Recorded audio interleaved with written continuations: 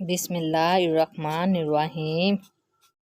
हज़रत आयशा रज़ी अल्लाह ताला अन्हा फरमाती हैं कि रसूल अकरम सल्लल्लाहु अलैहि वसल्लम ने फरमाया, अगर औरत अपने शोहर के माल से कुछ खर्च करे और इसकी नियत शोहर की पूंजी बर्बाद करने की ना हो तो इसे खर्च करने का सवाब मिलेगा और शोहर को भी इसका सवाब मिलेगा, क्योंकि इसने कमाया है। और खजांची का भी यही इल्म है कि एक का सवाब दूसरे के सवाब में ज़रा बराबर भी कमी नहीं करेगा।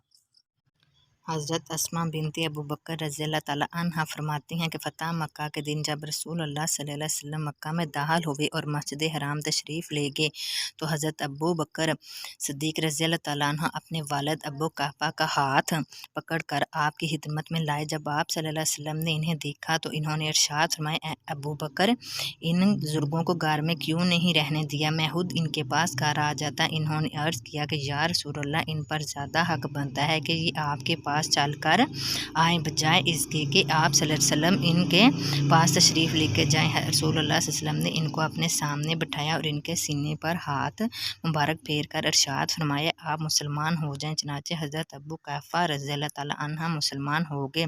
जब हज़रत अबू बकर सिद्दीक़ रज़ी अल्लाह ताला अन्हा अपने वालिद को रसूल अल्लाह के पास ले तो इनके सर के बाल सफ़ेद थे। आप सल्लल्लाहु अलैहि वसल्लम ने इरशाद फरमाया, इन बालों की सफ़ेदी को मेहंदी वगैरह लगाकर बदल दो।